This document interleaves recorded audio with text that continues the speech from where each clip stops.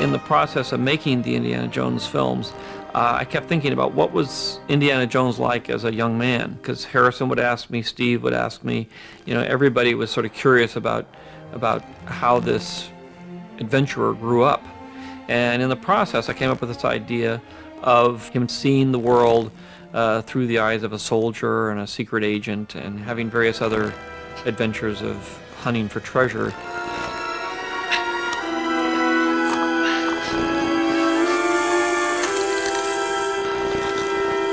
It's a diamond.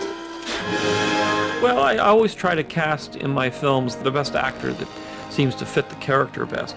I think the qualities that Sean Patrick Flanery had is that he seemed very young and youthful and enthusiastic, and with a little hint of naivete and innocence that I thought would be appropriate for Indiana Jones at that age. I went on an audition, and I read for the part, for the casting director.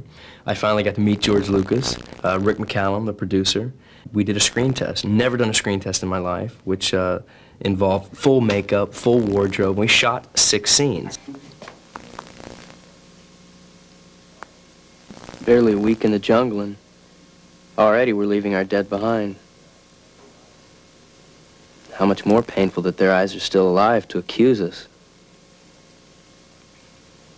I've heard it said here that we have less to fear from the bullets of our enemies than from the diseases and parasites with which God has afflicted this land. And then 3 weeks later, I found out that I actually got the part, and I was on a jet plane to London. Didn't come back for 6 years. I wanted to have a very European flavor to it, so we hired some of the best European directors, some of the best actors, Max von Sydow, Vanessa Redgrave, a whole host of very, very talented people. The cast was always changing. I was really the only recurring character besides Remy, played by an actor named Ronnie Couture. We must vow.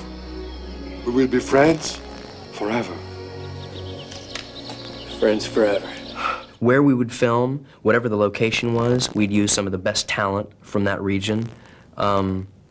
It was one of the best experiences in my life. Like, my first girlfriend was Elizabeth Hurley. One of my girlfriends was Anne Hesh. Another girlfriend of mine was Catherine Zeta-Jones. I'd never worked with people of that caliber before. You are so beautiful. I know. This is not what we should be doing. No. It's not professional. No, it's not. Delicious. When we were shooting the Albert Schweitzer story, we were right on the edge of the Kenyan border with Somalia when the Americans invaded there. It was at the intersection of the Tana River and the Indian Ocean.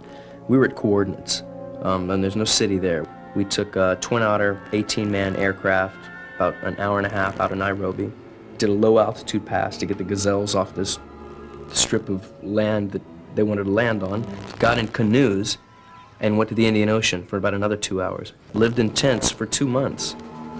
I mean, if that's not the way to shoot an Indiana Jones episode, I don't know what it is. While some of these Indiana Jones films are fun and comedies, and some of them are adventures, some of them are very grim. The war years are a very valid was actually going on with no man's land and trench warfare. It was horrific. The whistle would blow. Thousands of guys would go over the trench and charge machine guns.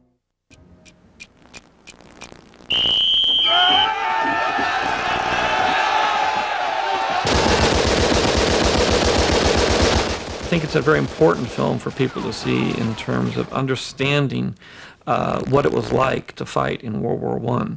You know, in preparation for the role, Vic Armstrong, one of the most prominent stuntmen in the business, he taught me everything from, you know, a lasso, the whip, how to mount a horse when it's in mid-stride, to one of the scariest things that I've done, which is probably involves the least of my ability, is hanging from the 9th floor in a spiral marble staircase in Prague, Czechoslovakia by my fingertips. And I have a harness on, but the cable that the stunt guys are saying, oh no, it's test weighted at 4,000 pounds. Well, it's the size of, you know, fishing wire. But hang on by my fingertips and just take it for granted that this cable can support my weight, that is unnerving. It was a very exciting time, and it was very exciting to produce because we were able to shoot it on location in the real places where these events took place. We wanted all of the locations to be real. If you see, you know, Egypt, 1917, we went to Egypt. We didn't shoot it on a Hollywood backlot. If you see Russia, we filmed it in Russia. I was able to give it a very large, epic look using the new digital technology that we were experimenting with to create large crowd scenes. That was the forerunner of what I was ended up using for the new Star Wars film. Obviously, Indiana Jones is a fictitious character, but I wanted to make the other characters in the piece as accurate as possible to give you a real intimate picture of what some of these very famous historical figures were like.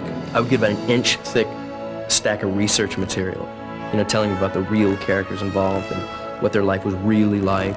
I mean, there are so many people who are pivotal to the way we think now in the last part of the 20th century who existed at the last part of the 19th century and the beginning of the 20th century. It was a real joy to be able to work with all these important figures and be able to touch upon them with Indiana Jones's life. Hey, Ernie Hemingway from Chicago. Indiana Jones.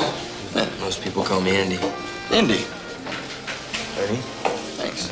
I am a great lover of history, and I think it's very important for young people to understand the humanities, of which history is a major part. I think if young people see that people who have accomplished a lot are not that much different from the way they are, it gives them a little bit more freedom to think outside the box and to think that they can do great things. I know archaeology is not treasure hunting. I learned a lot about the way people live and things that they hold sacred. There are all kinds of ways of life in this world. One is not right, one is not wrong. Understanding others, we can accept them, and through acceptance comes a peaceful world. Yeah. Good night, Indy. Good night.